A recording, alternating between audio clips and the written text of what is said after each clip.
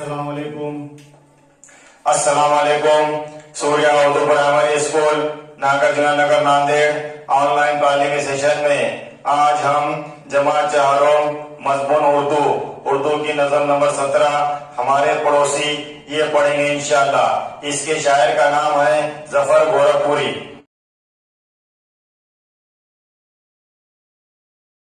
चलो सब बच्चे उर्दू किताब निकालो।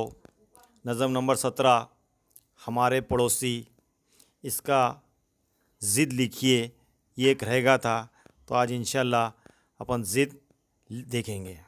ज़िद मतलब उल्टा, जैसा गोरा काला, दिन रात, सुबह शाम, ज़मीन आसमान, इसको बोलते ज़िद। ज़िद मतलब उल्टा। तो अपने जो किताब में ज़िद दिया, अब वो देखो।